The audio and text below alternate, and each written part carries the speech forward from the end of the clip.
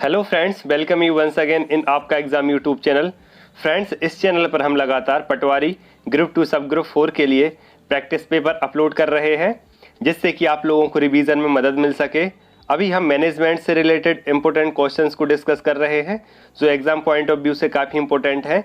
इसके पहले हमने कंप्यूटर साइंस के प्रैक्टिस पेपर अपलोड कर दिए हैं, जिन्हें आप चैनल की प्लेलिस्ट के माध्यम से देख सकते हैं। तो चलिए बिना देरी किए हुए शुरू करते हैं। और यदि आप चैनल पर पहली बार हो तो प्लीज़ चैनल को सब्सक्राइब कीजिए और वीडियो को लाइक कीजिए।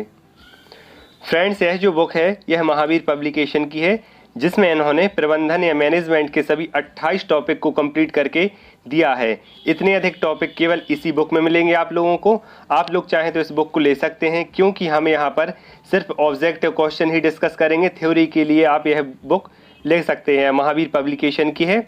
आज का जो फर्स्ट क्वेश्चन है कि वैज्ञानिक प्रबंधन का जनक किसे माना जाता है। तो वैज्ञानिक प्रबंधन का जो जनक है किसे माना जाता है, तो इसका जो राइट आंसर है ऑप्शन ए है, F.W. टेलर को वैज्ञानिक प्रबंधन का जनक माना जाता है।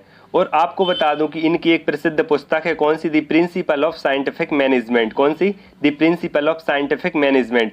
और इसी पुस्तक में इन्होंने किसने, F.W. टेलर द्वारा 14 सिद्धांतों को प्रतिपादित किया गया है। नेक्स्ट क्वेश्चन देखेंगे। क्वेश्चन है कि प्रबंध के सिद्धांतों में क्या सम्मिलित नहीं है। तो प्रबंध के सिद्धांतों में किसे सम्मिलित नहीं किया जाता है। तो सबसे फर्स्ट सार्वभौमिक, लोचपूर्ण, व्यवहारिक, इन 3 तत्वों को शामिल किया जाता है, जबकि संपूर्ण तत्व को इसमें शामिल नहीं किया जाता है। नेक्स्ट क्वेश्चन देखेंगे। क्वेश्चन है कि प्रबंध के सिद्धांतों की एक विशेषता यह है कि ये सिद्धांत कैसे हैं। जो प्रबंध के सिद्धांत हैं इनकी प्रकृति कैसी होती है। तो इसका जो राइट आंसर है ऑप्शन ए, ये लोचशील होते हैं। कैसे होते हैं? लोचशील होते हैं।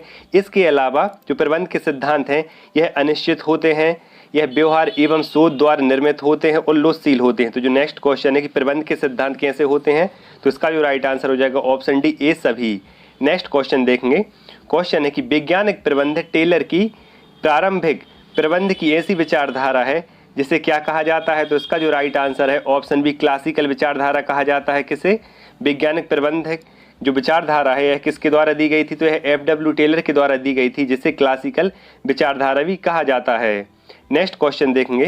क्वेश्चन है कि कार्यात्मक फोरमैनशिप प्रणाली के अंतर्गत उत्पादन विभाग एवं योजना विभाग में टेलर ने कुल कितने नायक बताए हैं। तो इसका जो राइट आंसर है, इसका राइट आंसर क्या है, ऑप्शन डी है, 8। इसमें नायक बताए हैं कितने, 8 नायक बताए हैं। और जो कार्यात्मक फोरमैनशिप जो प्रणाली है यह ऐसे संगठन में काम करती है जहां एक से अधिक व्यक्ति यहां पर कार्य कर रहे होते हैं। नेक्स्ट क्वेश्चन देखेंगे कि टेलर ने कार्यात्मक फोरमैनशिप के आधार पर कौन कौन से 2 मुख्य विभाग बनाए। तो इसका जो राइट आंसर है ऑप्शन बी, योजना एवं उत्पादन विभाग बनाए। कौन कौन से? योजना विभाग एवं उत्पादन विभाग। नेक्स्ट क्वेश्चन देखेंगे कि कार्यात्मक फोरमैनशिप के योजना विभाग में कार्यक्रम क्लर्क का क्या कार्य है। तो इसका जो राइट आंसर ऑप्शन ए, उत्पादन की प्रक्रिया को निर्धारित करता है। क्या? उत्पादन की प्रक्रिया को निर्धारित करता है कौन? क्लर्क। नेक्स्ट क्वेश्चन देखेंगे। क्वेश्चन है कि कार्यात्मक फोरमैनशिप किस सिद्धांत पर आधारित है। तो इसका जो राइट आंसर है ऑप्शन ए, यह श्रम विभाजन एवं विशिष्टीकरण के सिद्धांत पर आधारित है। किसके आधार पर यह आधारित है? तो श्रम विभाजन एवं विशिष्टीकरण के सिद्धांत पर यह आधारित है। क्या? कार्यात्मक फोरमैनशिप। नेक्स्ट क्वेश्चन है कि आदेश की एकता का सिद्धांत क्या कहता है।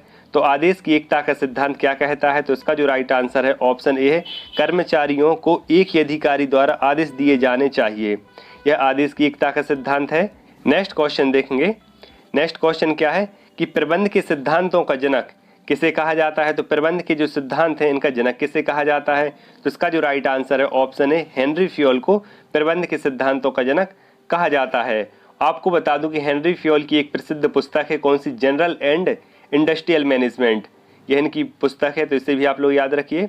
नेक्स्ट क्वेश्चन है कि प्रबंध के सिद्धांतों की प्रकृति कैसी है। तो अभी हमने देखा था कि प्रबंध के सिद्धांतों की जो प्रकृति है, सर्वयुक्त होते हैं, लोचशील होते हैं, अनिश्चित होते हैं। तो इसका जो राइट आंसर हो जाएगा ऑप्शन डी। नेक्स्ट क्वेश्चन है कि प्रतिष्ठित विचारधारा का कौन सा यहाँ प्रकार नहीं है। तो प्रतिष्ठित विचारधारा का प्रकार कौन सा नहीं है। तो इसका जो राइट आंसर है ऑप्शन है, प्रणाली विचारधारा। जबकि वैज्ञानिक प्रबंध अभी हमने देखा था कि यह F.W. टेलर के द्वारा दिया गया। और जो नौकरशाही प्रबंध है यह मैक्स वेबर के द्वारा दिया गया। और इसके अलावा प्रशासनिक दृष्टिकोण। जबकि प्रणाली विचारधारा है, किसी भी प्रकार की प्रतिष्ठित विचारधारा नहीं है। नेक्स्ट क्वेश्चन देखेंगे। क्वेश्चन है कि चिर प्रतिष्ठित दृष्टिकोण को किसने अभियांत्रिकी दृष्टिकोण की तरह वर्णित किया है? तो इसका जो राइट आंसर ऑप्शन लूथर गुलिक। लूथर गुलिक के द्वारा ही प्रबंध के क्षेत्र में पोर्ट्स-कोर्बे सिद्धांत दिया गया है। कौन सा सिद्धांत? पोर्ट्स-कोर्बे सिद्धांत। नेक्स्ट क्वेश्चन है कि आधुनिक वैज्ञानिक विचारधारा के जन्मदाता कौन है? तो आधुनिक वैज्ञानिक विचारधारा के जो जन्मदाता हैं कौन है? तो इसका जो राइट आंसर है ऑप्शन ए है हेनरी फ्योल। हेनरी फ्योल को ही आधुनिक वैज्ञानिक विचारधारा का जन्मदाता कहा जाता है। नेक्स्ट क्वेश्चन देखेंगे कि हेनरी फ्योल ने प्रबंध के 14 सिद्धांतों का प्रतिपादन करते हुए जिन 2 बातों पर बल दिया है वह कौन कौन सी 2 प्रमुख बातें हैं? तो इसका जो राइट आंसर है ऑप्शन सी।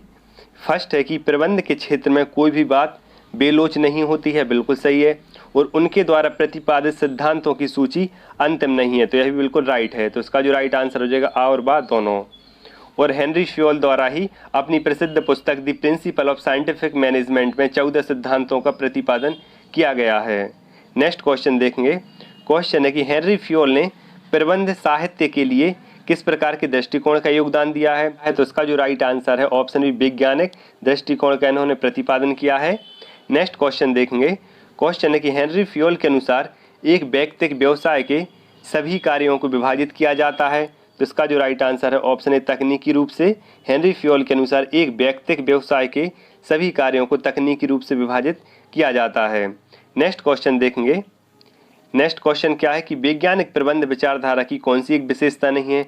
तो आपको बता दूं कि वैज्ञानिक प्रबंध विचारधारा किसने दी थी? तो यह जो विचारधारा है FW टेलर के द्वारा दी गई थी। और इसमें कौन सी एक प्रमुख विशेषता नहीं है? तो इसका जो राइट आंसर है ऑप्शन ए कि प्रबंध के सिद्धांतों की स्थापना अनुभव के आधार पर की जाती है। तो यह बिल्कुल गलत आंसर है। सेकंड देखेंगे कि प्रत्येक कार्य का प्रमाणित समय, सामग्री, कार्यविधि आदि निर्धारित होती है। यह बिल्कुल सही है। और पारस्परिक सहयोग के लिए मानसिक क्रांति आवश्यक है। तो यह भी बिल्कुल सही है। नेक्स्ट क्वेश्चन देखेंगे।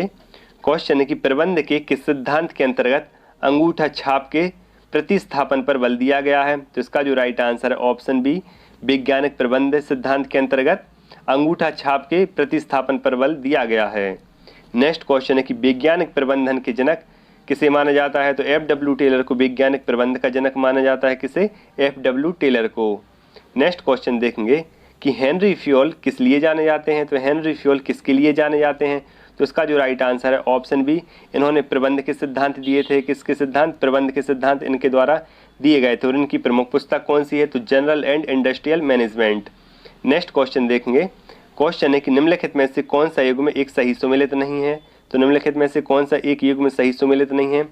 तो फ्रेडरिक हर्जबर्ग द्वारा वैज्ञानिक प्रबंध का सिद्धांत दिया गया था। तो यह बिल्कुल गलत है, क्योंकि FW टेलर द्वारा वैज्ञानिक प्रबंध का सिद्धांत दिया गया था। तो यहाँ पर पूछा गया है कि कौन सा युग्म सही सुमेलित नहीं है। तो इसका जो राइट आंसर हो जाएगा ऑप्शन ए।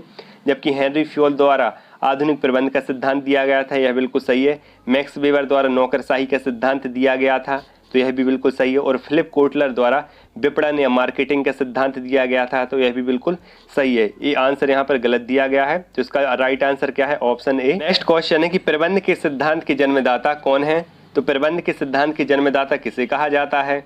तो इसका जो राइट आंसर है ऑप्शन डी हेनरी फ्योल को प्रबंध के सिद्धांत का जन्मदाता कहा जाता है। नेक्स्ट क्वेश्चन देखेंगे कि प्रबंध के सिद्धांतों का पिता या प्रबंध के सिद्धांतों का जनक किसे कहा जाता है? तो इसका भी राइट आंसर ऑप्शन डी है। हेनरी फ्योल को ही प्रबंध के सिद्धांतों का पिता या जनक कहा जाता है। ये ऑप्शन यहाँ गलत दिया गया है आंसर। नेक्स्ट क्वेश्चन देखेंगे। क्वेश्चन है कि टेलर के कार्यात्मक संगठन के अंतर्गत गैंग बॉस वास्तव में क्या कार्य करता है? तो इसका जो राइट आंसर है ऑप्शन बी, वह कर्मचारियों को निर्देश देता है। क्वेश्चन फिर से देखेंगे कि FW टेलर के कार्यात्मक संगठन के अंतर्गत गैंग बॉस वास्तव में क्या कार्य करता है? तो इसका जो राइट आंसर है ऑप्शन बी है, वह कर्मचारियों को निर्देश देने का कार्य करता है। नेक्स्ट क्वेश्चन देखेंगे हम। क्वेश्चन कि मानवीय संबंध दृष्टिकोण किसके द्वारा प्रतिपादित किया गया था? तो मानवीय संबंध दृष्टिकोण है किसके द्वारा प्रतिपादित किया गया है या किसने इसमें योगदान दिया? इसका जो राइट आंसर है ऑप्शन डी है, आ और सा दोनों, हाथॉर्न प्रयोग एवं एल्टन मेयो। और जो हाथॉर्न प्रयोग हैं यह एल्टन मेयो द्वारा ही प्रस्तुत किए गए थे, इसलिए इन्हें एल्टन मेयो को मानव संबंधवाद विचारधारा का भी पिता कहा जाता है। किसे? एल्टन मेयो को मानव संबंध विचारधारा का पिता कहा जाता है। नेक्स्ट क्वेश्चन देखेंगे कि हेनरी फ्योल ने सर्वप्रथम अपने विचार कब प्रस्तुत किए थे? तो हेनरी फ्योल ने सर्वप्रथम जो अपने विचार हैं यह वर्ष 1900 में प्रस्तुत किए थे। और इनकी प्रमुख पुस्तक कौन सी है? तो जनरल एंड इंडस्ट्रियल मैनेजमेंट, यह इनकी प्रमुख पुस्तक है। और आपको बता दूं कि जो हेनरी फ्योल हैं यह एक फ्रांसीसी वैज्ञानिक थे और इनकी जो पुस्तक है कौन सी? जनरल एंड इंडस्ट्रियल मैनेजमेंट, यह फ्रेंच भाषा में लिखी गई है। नेक्स्ट क्वेश्चन है कि हेनरी फ्योल के विचारों के प्रचार प्रसार के बाद उनकी पुस्तक का कौन सा संस्करण प्रकाशित हुआ? तो आपको बता दूं कि इनकी जो पुस्तक है मूल रूप से तो फ्रेंच भाषा में लिखी गई थी, लेकिन जब उसका प्रकाशन हुआ या प्रथम संस्करण प्रकाशित हुआ तो वह अंग्रेजी भाषा में हुआ था। नेक्स्ट क्वेश्चन है कि प्रबंधकीय विचारधारा में हेनरी फ्योल का क्या योगदान है? तो इसका जो राइट आंसर है ऑप्शन डी है कि प्रबंध की सार्वभौमिकता, औद्योगिक क्रियाओं का वर्गीकरण किया है, बिल्कुल सही है दोनों ऑप्शन। और प्रबंध की संपूर्ण विचारधारा का इन्होंने इसके अंतर्गत उल्लेख किया है, तो इसका जो राइट आंसर हो जाएगा ऑप्शन डी। नेक्स्ट क्वेश्चन देखेंगे कि हेनरी फ्योल के अनुसार प्रबंध के कार्य कौन से हैं? तो हेनरी फ्योल के अनुसार प्रबंध के कार्य कौन कौन से हैं? तो नियोजन है, निर्देशन है, नियंत्रण है, उपरोक्त सभी, तो इसका जो राइट आंसर हो जाएगा ऑप्शन डी। नेक्स्ट क्वेश्चन है कि प्रबंधक में किसका अनुभव भी होना चाहिए? तो प्रबंधक में विशिष्ट ज्ञान, भौतिक ज्ञान एवं मानसिक ज्ञान का अनुभव होना चाहिए, तो इसका जो राइट आंसर हो जाएगा ऑप्शन डी, ए सभी। नेक्स्ट क्वेश्चन है कि निम्नलिखित में से हेनरी फ्योल के कार्यों की आलोचना किस आधार पर की जाती है?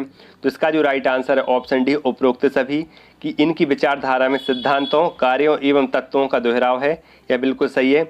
मानवीय तत्व की उपेक्षा की गई है, मानवीय तत्व का सीमित महत्व है, तो यह भी बिल्कुल सही है। और प्रबंध शिक्षा की सीमाओं का स्पष्ट उल्लेख नहीं है, तो यह भी बिल्कुल सही है, तो इसका जो राइट आंसर हो जाएगा ऑप्शन डी, उपरोक्त सभी। नेक्स्ट क्वेश्चन देखेंगे। क्वेश्चन है कि वैज्ञानिक प्रबंध के कौन कौन से दोष हैं? तो वैज्ञानिक प्रबंध किसने दिया था? यह एफ.डब्ल्यू. टेलर द्वारा दिया गया था। और इसके कौन कौन से दोष हैं? तो इसका जो राइट आंसर ऑप्शन बी, सभी। कौन कौन से? खर्चीली व्यवस्था है, यह बिल्कुल सही है। बेरोजगारी का भय है इसमें, यह भी बिल्कुल सही है। पहल करने का अभाव रहता है इनकी विचारधारा में, और समन्वय की समस्या है, तो इसका जो राइट आंसर हो जाएगा ऑप्शन बी, 1, 2, 3 और 4। नेक्स्ट क्वेश्चन देखेंगे हम कि टेलर के वैज्ञानिक प्रबंध की विधि कैसी है? तो टेलर के वैज्ञानिक प्रबंध की विधि कैसी है? तो इसका जो राइट आंसर है ऑप्शन बी, प्रमापीकरण। आपको बता दूं कि जो एफ.डब्ल्यू. टेलर है इनके द्वारा अपनी प्रमुख पुस्तक the principle of scientific management में 14 सिद्धांतों का प्रतिपादन किया गया है, जिसमें से प्रमापीकरण का सिद्धांत सबसे अधिक महत्वपूर्ण है। किसका सिद्धांत? प्रमापीकरण का जो सिद्धांत है यह सबसे अधिक महत्वपूर्ण है, क्योंकि इसमें मशीनों, श्रमिकों की कार्यकुशलता, माल की गुणवत्ता आदि में सुधार की बात की गई है, तो इसका जो राइट आंसर हो जाएगा ऑप्शन बी। नेक्स्ट क्वेश्चन देखेंगे कि वैज्ञानिक प्रबंध में टेलर का किस प्रकार योगदान है? तो वैज्ञानिक प्रबंध में टेलर द्वारा मानसिक क्रांति का सिद्धांत दिया गया और इसमें इन्होंने प्रबंध के उद्देश्यों का भी वर्णन किया है, तो इसका जो राइट आंसर हो जाएगा आ और बा दोनों। नेक्स्ट क्वेश्चन देखेंगे, आंसर क्या था? सा, आ और बा दोनों। नेक्स्ट क्वेश्चन है कि टेलर ने प्रबंधकों के कौन से उत्तरदायित्व बताए हैं? तो टेलर द्वारा प्रबंधकों के कौन कौन से उत्तरदायित्व बताए गए हैं? तो कर्मचारियों का वैज्ञानिक विधि द्वारा चयन किया जाना चाहिए, यह बिल्कुल सही है। कर्मचारियों के प्रशिक्षण की व्यवस्था की जानी चाहिए, तो यह भी बिल्कुल सही है। और प्रबंधकों व कर्मचारियों के मध्य कार्य व उत्तरदायित्वों का समुचित विभाजन होना चाहिए उनकी क्षमता के अनुसार, तो यह भी बिल्कुल सही है, तो इसका जो राइट आंसर हो जाएगा ऑप्शन डी, उपरोक्त सभी। नेक्स्ट क्वेश्चन देखेंगे कि मानवतावादी वास्तविकताओं की मौलिक रूप से वकालत किसके द्वारा की गई है?